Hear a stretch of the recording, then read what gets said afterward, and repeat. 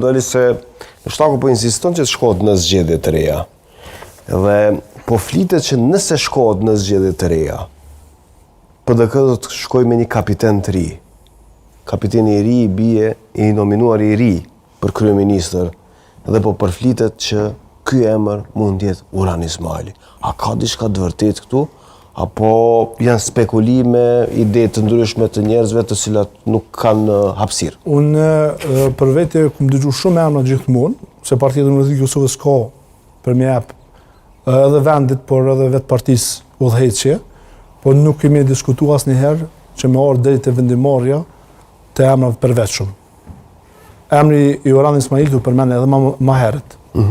Për më thonë para ardhjes së Bedri Hamzës. Më përmend edhe emrat e tjerë që janë kredibil, edhe besoj që secili e ka vendin e vet edhe ka autoritetin e vet.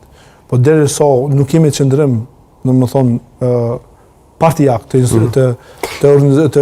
strukturave, nuk mund të apë jonë. E qartë, qendrim partijak është herët